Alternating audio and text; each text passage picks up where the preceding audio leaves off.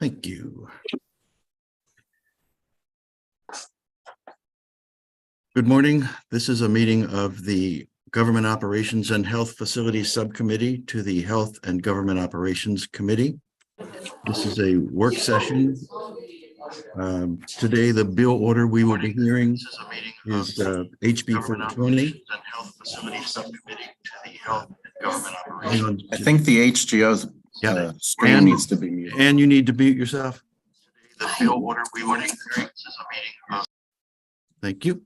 The bill order today, HB 420, HB 497, followed by 633, 377, 495, 339, 328, 347, and 274.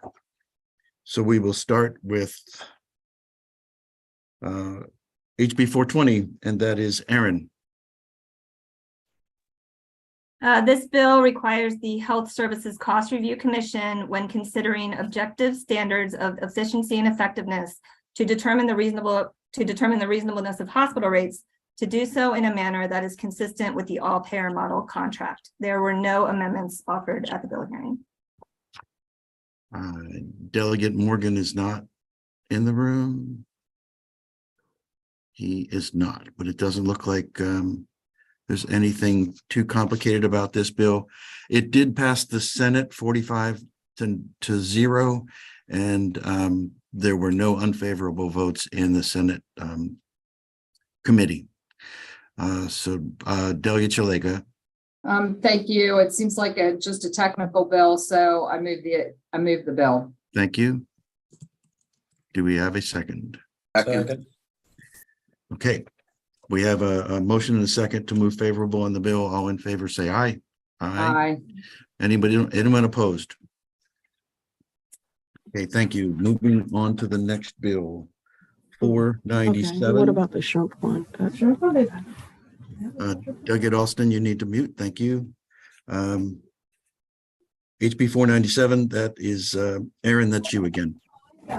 This bill repeals the rural health collaborative pilot, and then beginning in fiscal 2024 would require the governor to provide an annual appropriation in the state budget to fund the operations of the Mid-Shore Health Improvement Coalition. There were no amendments offered. Okay. So click on My MGA, and Adrian should have. Delegate Chisholm, Delegate Chisholm, you need to mute, please. You have her information. Okay. I believe she's. Delegate Chisholm, you need to mute. But if not, she would just need to create a The My administrator can mute people. So it's just creating a profile. And can you mute Delegate then Chisholm? Once she does that. Thank you. Is Delegate Jacobs in the room?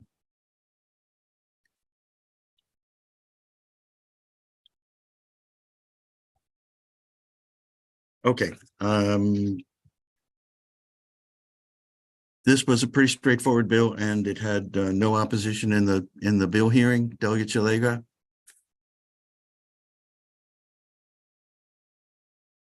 Sorry, I hadn't lowered my hand. Okay.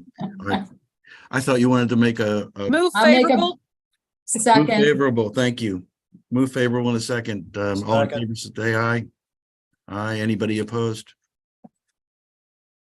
Okay, very good. Moving on to 633, and that is Aaron again.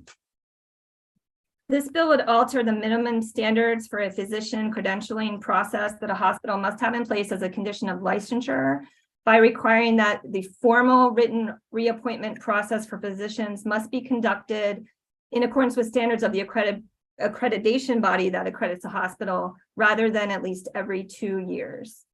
There were no amendments offered at the bill hearing. Anyone here to speak on the bill? No? Delegate Kipke, you move favorable? Second. Favorable motion in a second. All in favor, say aye. Aye. Anyone opposed? Thank you. Next bill is 377. That's Lindsay. This is a Montgomery County delegation bill. It raises the contract value threshold from $5,000 to $20,000, above which the Friendship Heights Village Council must solicit competitive bids for a contract. It also authorizes the council by majority vote to enter into an emergency contract that exceeds $20,000 in value without seeking competitive bids and defines an emergency. There are no amendments, and we did receive a delegation letter on the bill. Move favorable. Second. We have favorable and a second. All in favor of, say aye. Aye. Anyone opposed? Okay, next bill is, 377,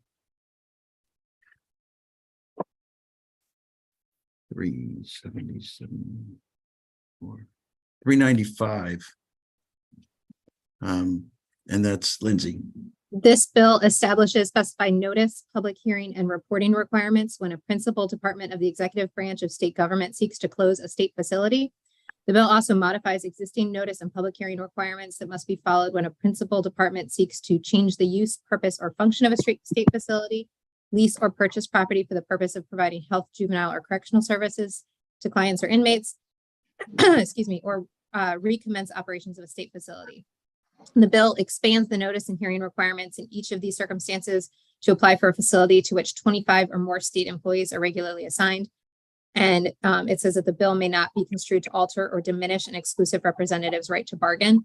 The sponsor offered an amendment on the bill that authorized the principal department to modify the timelines required under the bill if a government agency or judicial body determines that an emergency situation poses a risk to the health or safety of patients, inmates, residents, or employees of a state facility, and requires the report that's submitted on the closure of the facility to explain the closure rather than justify it.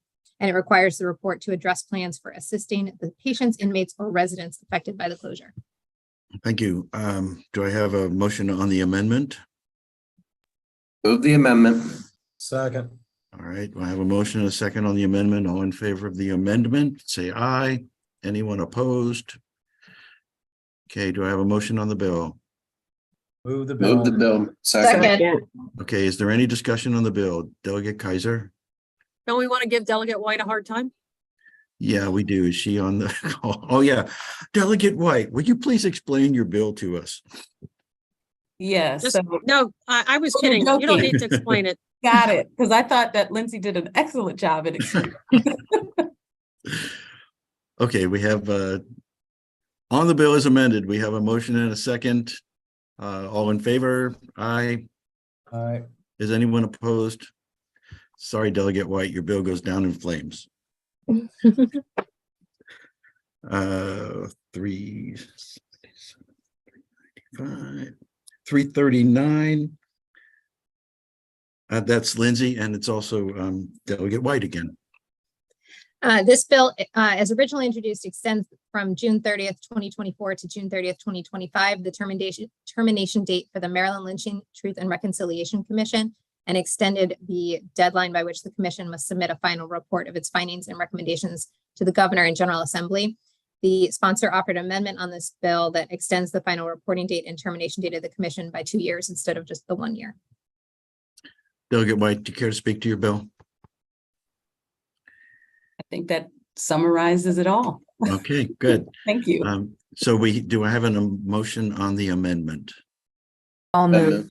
Second. Okay, motion, any discussion on the amendment? All in favor of the amendment? Say aye. Anyone Aye. opposed? No opposition. On the bill as amended? Move favorable. Second. Okay, got a motion and a second. On the bill as amended, all in favor, say aye. Aye. Is anyone opposed? Thank you. Bill moves unanimously. On to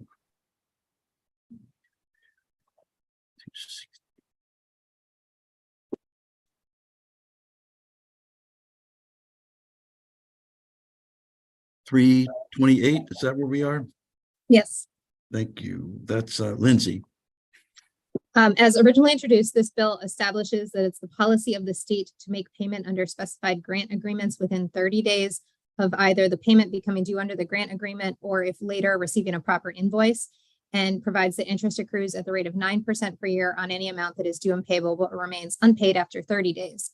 I circulated amendments on this bill that clarify that the definition of a grant applies only to financial assistance made to a nonprofit organization exempt from taxation under 501(c) of the Internal Revenue Code, and that is to be used to provide for one or more payments in reimbursement for services or other performance under the agreement on a scheduled or other incremental basis, repeals the definition of late payment from the bill, alters the time period within which it is the policy of the state to make payments under a grant agreement from 30 days to 37 days. Some of you from last year might recall that this committee passed a bill from Delegate Barnes, which actually hasn't gone into effect yet. It goes into effect June 1st, the same day this bill would go into effect, that reduced the period from 45 days to 37 days for procurement contract payments by the state. So this brings that in line. It makes a grant-making entity liable for interest on an amount for which the grant-making entity has received and failed to submit an invoice to the comptroller within 30 days of receipt. It alters the time period within which interest begins to accrue from the 31st day to the 38th day after the day on which the grant-making entity receives a proper invoice, and it repeals the language authorizing interest to accrue a certain period of time after the day on which the payment becomes due under the grant agreement. So instead of that bifurcated, it's just timed with the invoice. It repeals language specifying that a grant-making entity review an invoice not later than 5 business days after receipt, requires the comptroller to make payment on a proper invoice within 5 business days rather than 1 business day, and it specifies that the requirements of the bill do not create liability on the comptroller for interest accrued on a late payment. Delegate Kaiser, anything to add? Yes, obviously Lindsay gave a better description than I could give. I just wanted to add, the initial purpose behind this, again, that are nonprofits, many of them struggling, from or certainly not wealthy, and trying to pay them on time, like we try to pay our businesses on time. I want people to know that the amendments have been worked out with the comptroller's office, the governor's legislative office, and the advocates. I think if anyone has concerns about the interest, I think as it was described during the hearing, in a sense, I think they'd have to be billed for it. Maybe Henry Bogdan from Maryland Nonprofits could better explain that. And probably that is an unlikely thing to happen, but that the state should be paying its bills on time. And this has been a long-standing problem, and it's time to fix it. Delegate Schillinger, I see you have your hand up. Do you mind if we go to Mr. Bogdan first? Thank you. Mr. Bogdan, anything to add? I think Delegate Kaiser and Lindsay have pretty much covered it. I would point out that the amendments have also been vetted with the Speaker's office. Thank you. Delegate Schillinger. Thank you. I just note, and I think Lindsay, the amendments probably took care of the Department of Transportation's committee testimony. The amendments being considered on the cross file, Senate Bill 112, and they're in favor with those amendments. Are those some of the amendments that we just discussed? Yes, I believe so. Okay, and has 112 moved? Do we know? No? It Okay. has Not yet. Okay, but we're conformed with those amendments. Okay, that's my questions. Move the amendments. Second. Have a motion to move the amendment and a second. All in favor, say aye. Aye. Anyone opposed? Move the bill. Move the bill as amended. Second. All in favor, say aye. Aye. Anyone opposed? Okay, unanimous vote on the bill. 347. Lindsay. This bill expresses that for the protection of the health and safety of the state citizens and environment is the General Assembly's intent that a publicly traded entity with a market capitalization greater than $1 billion and its subsidiaries be held accountable for any tortious or other unlawful conduct on the part of the entity or subsidiary that's contributed to climate change as specified.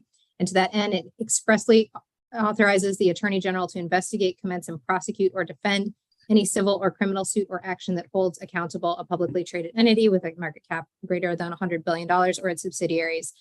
The bill also authorizes the Attorney General to hire outside counsel on a contingency fee basis to assist with an action brought under the bill. The sponsor offered an amendment, which I circulated with, I want to raise to everyone, I put a little note on the amendment because it was originally specifying that suits may be made against a publicly traded entity that drives at least 50% of its revenues from coal, oil, and gas. And we just clarified that that should actually be coal or oil or gas. So if it's only from one of those sources, that a suit could still be brought against that entity. I know there are several people here to speak on the bill. Delegate Ruth, would anything you would like to say before we open it up for discussion? Oh, thank you so much. I think I said everything at the hearing, but I'm here to answer questions if anybody has any questions, and there are also advocates on. Thank you. Okay, thank you. Delegate Shalega?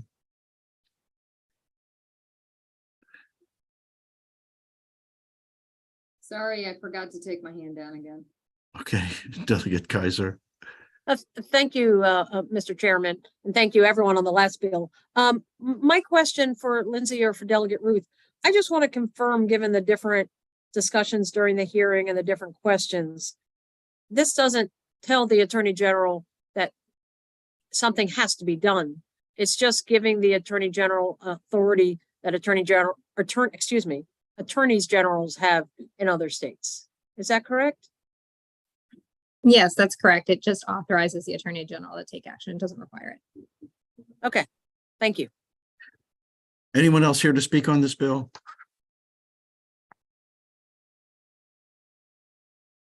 Are there any other questions about this bill? I have a question. I was trying to figure out how to raise my hand.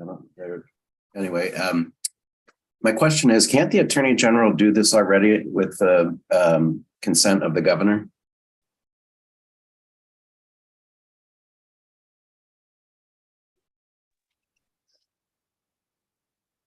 Anyone speak to Delegate Kipke's question? Yeah, hi. Sorry about that. Yes, the Attorney General needs the authorization of the governor or the legislature in order to take an action like this. Authorizing it from the legislature is consistent with what we did with tobacco and opioids also. It just makes it more solid, and it ensures that he has that authority. So having a check on lawsuits by the governor or the legislature, doesn't that prevent somebody from politicizing their office, lawsuits for the purpose of politics? I couldn't speak to that, Delegate. I'm sorry. I couldn't speak to that. Sorry. Okay, thank you. Delegate Chisholm, you lowered your hand. Yeah, I think Delegate Kipke asked it, but I just want to make sure I understand. It can be the governor or the legislature. Am I correct on that? So the governor could make this request of the AG's office.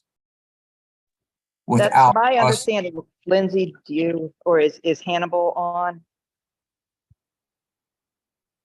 I'm not sure about the governor's piece. I know that the Attorney General's office noted that they do need some sort of authorization in order to seek this type of a suit, that they don't have that under common law now. Can we find out? Yep, I could look into it. Thank you, Lindsay. Okay, Delegate Shalega. Yeah, that's exactly where I was going. We should find out about that. And, should there be other entities besides the fossil fuel industry that we should put into this lawsuit? Because they're not the only people contributing to climate change. So I may come back when we talk about this bill next with some other people that we can add to the list of people that will be held accountable. Thank you. Delegate Ruth. Oh, thank you, Mr. Chair. Just to clarify that this is not just about people who contributed to climate change. This is about multinational corporations who had the science and knew that their actions were going to cause climate change, and they deceived the public and cast doubt on the science in order to continue those actions. So it's about holding bad actors accountable. It's not just about contributing to climate change. Thank you. Delegate Chisholm. Thank you, Mr. Chair. And I mean this with all sincerity. Can we please get a legal definition of climate change? Not, we got more of this or more of that. I want a legal definition of climate change. Climate change can be good. Climate change can be bad. Climate's been changing since day one of Earth. So if we can get Because if we don't have a definition, then this can be broadly looked at by any AG and go after any large company. Thank you, Delegate Chisholm. Delegate Hill.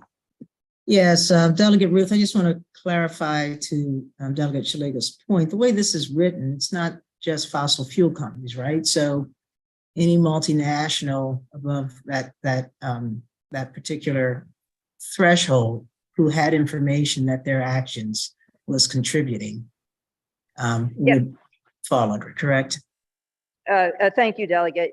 Yes, with the amendment, it limits it to those who derived at least 50% of their revenues from oil, coal, or gas. So it really is Okay. directed at the very large multinational oil, gas, and coal companies. Okay, thank you for the clarification. And Mr. Chair, I see Ilya Schoenstein from Center for Climate Integrity is on. I don't know if she can address Delegate Chisholm's question about a definition. Yes, please go ahead. Thank you for the question, Delegate Hill. I don't know that I can provide a legal definition. I think that would be up to state statute. I do know that, the way that this bill is crafted is not so much about the definition of climate change as opposed to the knowledge and the tortious behavior of these companies. Thank you. Thank you, Delegate Chisholm. Thank you, Mr. Chair. So let's take the most recent occurrence in East Palestine, Ohio. Let's say that happened in the state of Maryland. Would this allow the Attorney General with our legislative authorization to go after CSX, which is obviously, well, I don't know if CSX is still a multi-million-dollar company, but caused tremendous climate change and environmental harm in that area. If that were to happen in Baltimore City, would this allow the Attorney General to then go after CSX or the federal government for allowing or dispelling of the chemical? Can anyone respond to Delegate Chisholm's question? Real world question. Okay, we may have to come back to you with that one, Delegate Chisholm.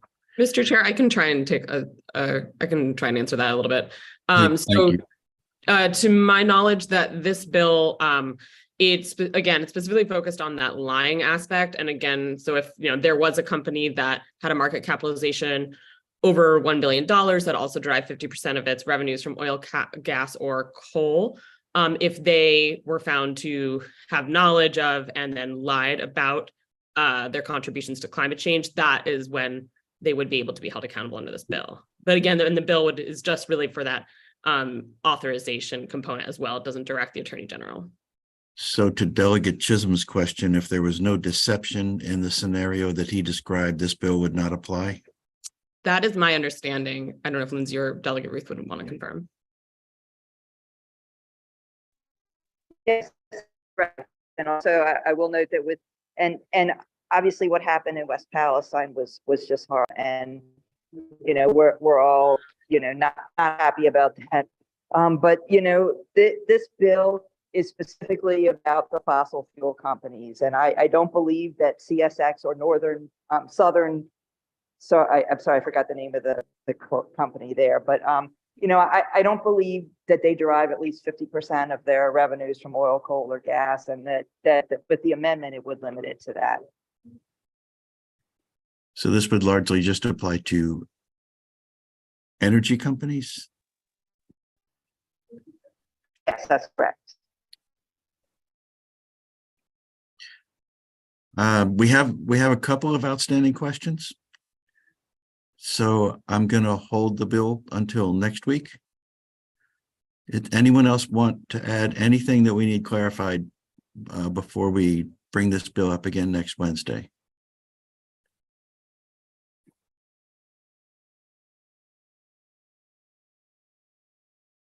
Okay, thank you. Then we'll hold this bill. Thank you, Delegate Ruth, and we'll see you again next week. And now we're on to the final bill of the day, 347, and no, that's what we're on. So we're at 274, and that is Aaron.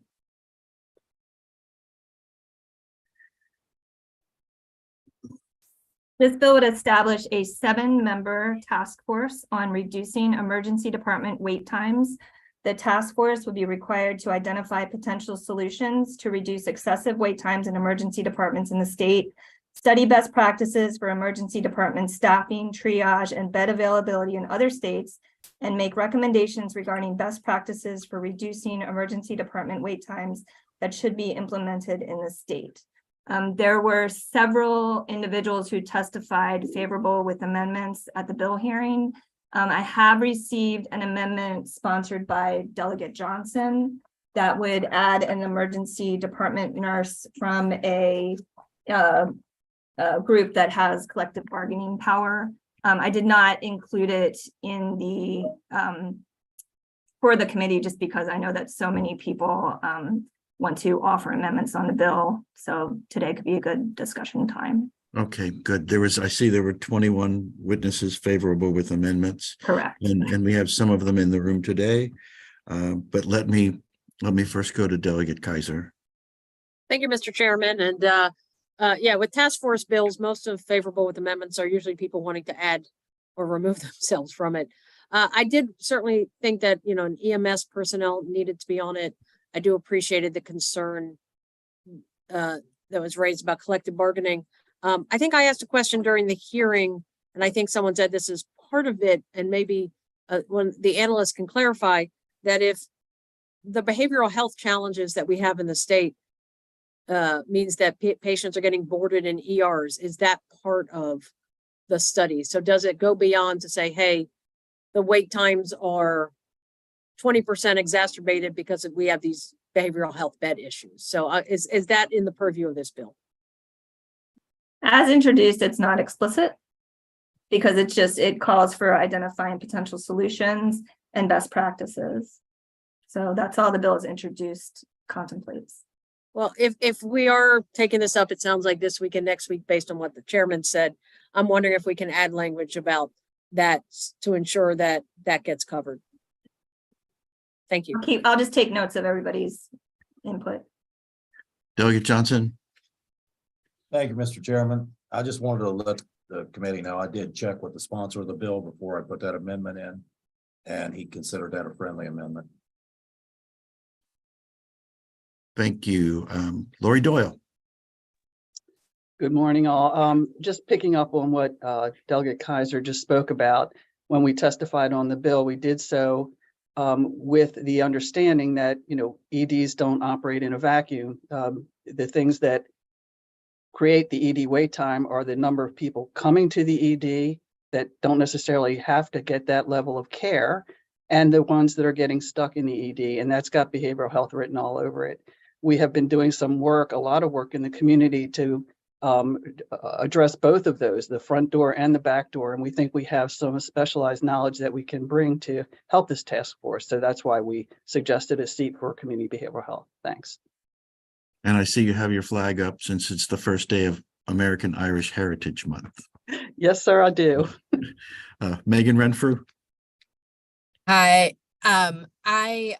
I just wanted to express, we had put in a letter, but we would really like to ask that the Maryland Health Services Cost Review Commission be considered as a potential member, or if I know you need to control the size of the group, but maybe also, or maybe you could take the model that was used in the Public Health Commission of having the state agencies consult with each other. I also think MIMS is important here. I didn't ask them if I could speak on their behalf, but the EMS, regulating the EMS system, I think they're an important contributor here. So I just wanted to speak up for some other state agencies that have a role. Thank you, Megan. Erin Dorian. Thank you, Mr. Chair. Erin Dorian, Vice President of Policy at the Hospital Association. And I think that emergency department boarding, both on the psychiatric side and on the medical side, is a really important issue for that contributes to ED wait times. Yesterday alone, there were over 600 patients across the state boarding in an emergency department. When we talk about boarding, those are patients that need an inpatient bed 115 of those were psychiatric boarders. So those are patients that need an inpatient psychiatric stay. The Hospital Association has recommended some additions to both the composition of the task force as well as the charge that we have proposed to the sponsor that we think would look at the root causes of the emergency department issues, as well as bring experts around the table. And I know there's been a lot of conversation about the size of this task force.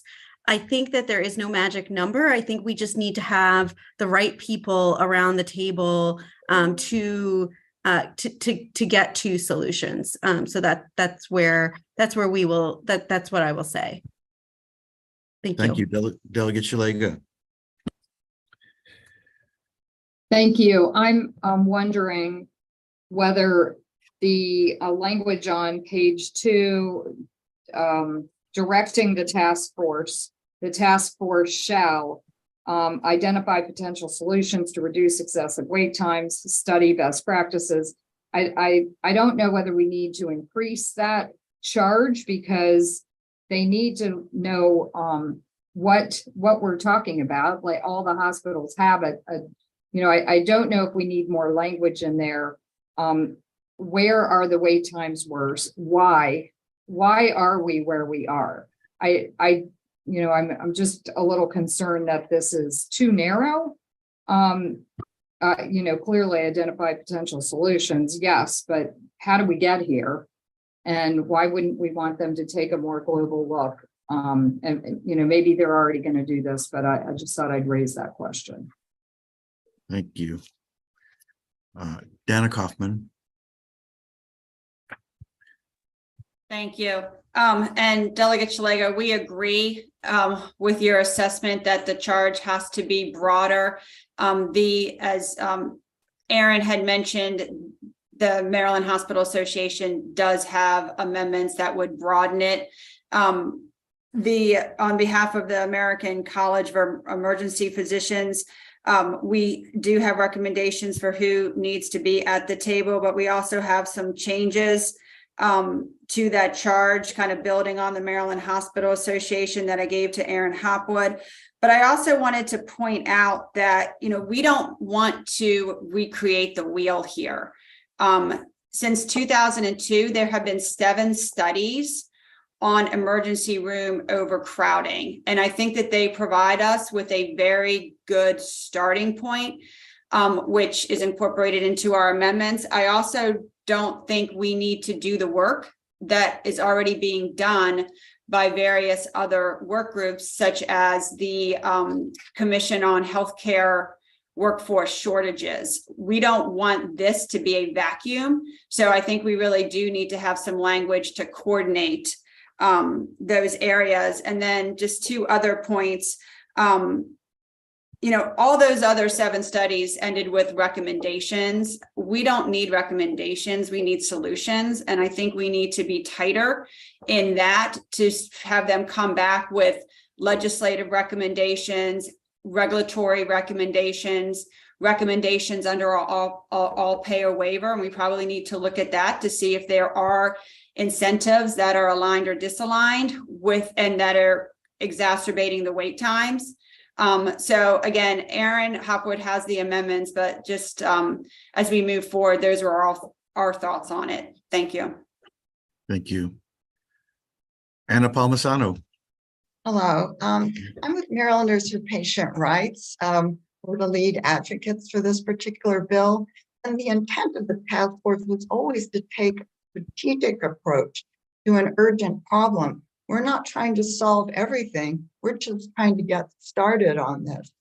We know that have been last in terms of wait time in the United States for 7 years. So it's time to identify what some of the critical roadblocks are. Again, what's been discussed is something more comprehensive. We're in phase 1 here. A more comprehensive approach could be developed with all these larger commission type organizations. We're trying to be nimble and responsive. I also would like to let people know that in my written testimony, there is a list of wait times for all the hospitals in Maryland. I think Delegate Shalego might be interested in that. Thank you. Thank you. Delegate Hill. Thank you, Mr. Chair. And I'm a couple things. First of all, I have amendments for several other bills we have. I don't see amendments on this bill, and I just wanted to be clear. We got an email with a packet of amendments for this? You did not miss anything. So we're just talking about the people who testified at the bill hearing, favorable with amendments. I've only Good. got one that's been officially sponsored. Very good. Okay, so the point I wanted to raise for this work group, I mean, this subcommittee work session, is what I raised in the hearing. So there had been a recommendation that Maryland Hospital Association tasking them with staffing this thing rather than the Department of Health. I'm very concerned of the hospitals having overrepresentation. And it's fine if they're just staffing it, but right now they have significant representation. And as I said, they've been looking at this issue. What's missing here are the EMT folks, their representatives, the nursing staff, frankly, even some of the ER physician staff. I know several physicians in the last 10 years who have left the ER because they thought the way things were being run from organizational standpoint are problematic. And allied staff, there's no strong representation for them. So I just think when we sit down and look at this thing, if we really want to talk about real solutions and not suggestions, we have to at least consider starting with a different mix of people sitting at the table. Thank you. Bridge Dumais. Good morning, everyone. I'm Bridge Dumais. I'm with 1199 SEIU. We're the largest healthcare workers union in the nation, over 10,000 members in Maryland, DC. I want to very strongly echo Delegate Hill's concerns, and I appreciate you raising that issue of hospital overrepresentation. Would like to thank Delegate Johnson for introducing the amendment we requested that will help balance the scales. And I just want to make a quick pitch for why it should be a member from a collective bargaining organization. We know that many, not all, but many of these issues come from hospital mismanagement. And we want to ensure that the workers' voices are represented accurately. When a worker is part of a collective bargaining organization, they don't have to fear retaliation because we have a grievance process. So we believe that workers will be more honest with the challenges and problems that they're seeing from management if they do have those workplace protections. And I wanted to ask a quick question. We had requested one RN and one service worker. Excuse me, I'm like walking quickly to the State House. And one service worker. I'm wondering if the service worker made it into the amendment as well. Yes, it's in there as well. Fantastic. Thank you so much. Thank you. Dana, your hand's still up. Did you want to weigh in again? Okay. Peter Hill, I see you're on the Zoom and you were testified at the hearing. Did you want to say anything today? Thank you. Yes, I'm Peter Hill, an emergency physician and Senior Vice President of Medical Affairs for the health system for Johns Hopkins. I still work clinically throughout the months. I completely agree that those that live and breathe this every day should be part of this process, all aspects of the healthcare delivery system. I do believe that hospitals should be represented as they are ultimately responsible for how they operate. But I also do believe that Maryland is different than other states, clearly in this and in other things. And there are drivers which are causing hospital overcrowding, which is causing ED overcrowding. The relationship between why hospitals overcrowded and ED wait times have been well studied, as mentioned, since 2002 and even earlier. And so I think one must look at that continuum. Only a narrow view in the ED and ED processes is not going to get where we want to be, and that's to provide the actual solutions which address the root causes of what we're experiencing. Thank you. Thank you. So we're gonna come back to this bill next week. But before we end today's work session, just make sure everyone's had a chance to speak to it. Delegate Kaiser? Just quickly, I've heard many references to old studies here, so I guess I'd be curious to know, Lindsay or someone else, when were those studies? What were their results or what findings, and what wasn't asked for to ensure that this will be doing something new or different and not redoing as we sometimes do in state government? Thank you. Dana? Yeah, I had referenced those. I provided Aaron Hopwood with a list. They go back to 2002, and the most recent one was 2019. I can provide all of that to the subcommittee if you all would like that. I will do that. Okay, thanks, Aaron. Megan? I was also just going to say there was a list in the appendix of my testimony, of the HSCRC testimony. Okay, good. Peter, your hand's still up. Did you have something else to say? Oh, I'm sorry. I do, but that was an accident. Okay.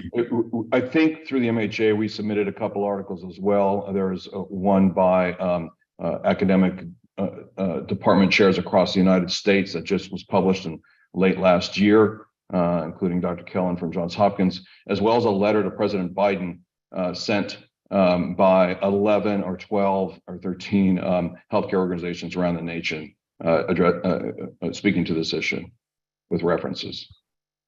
Okay, thank you. Delegate Hill. Yes, thank you, Mr. Chair. Just a question, I guess, for you and Lindsay or Aaron to consider, and Lindsay. You know, this bill is pretty big, and it's not quite like the Public Health Commission bill that we did. There are a lot of models, and I think everyone seems to be expressing how important this is.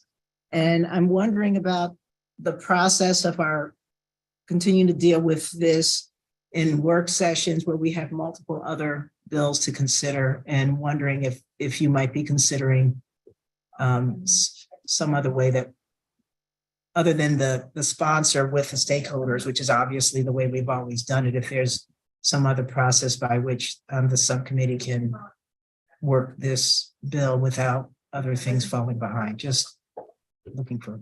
Okay, thank you. I'll speak with council about your suggestion. Delegate Johnson. Thank you, Mr. Chair. I just wanted to bring something up that was brought up in the bill hearing, just to see if we want to take this on or address this. The question was asked, if there are any expenses to staff the task force, can the hospitals pitch in to finance the cost, since it is actually their problem? I just wanted to bring that back up while we're here in subcommittee. Okay, Aaron. The issue of who is going to staff the task force definitely needs to be resolved. Currently, it's the Department of Health. They don't feel that they're appropriate. So we need to figure out who is going to staff this. And I can circle back with the Department of Health to see if they've changed their mind at all. Because I think if you start to look at ED borders with behavioral health issues, I mean, that's something that the Department of Health definitely has a role in. So I think we can just circle back and see if maybe they have changed their mind about staffing. All right, thank you. Thank you, Mr. Chairman. You're welcome. Before we call the meeting to a close, anyone else have any final things to say that we should consider before we take this up again? Okay, I will meet with Aaron and we'll go over Aaron's notes from this and see what we can do to clean some things up and maybe make some more progress on this at our next work session next Wednesday. Other than that, I will call this work session to a close. Thanks everyone for coming.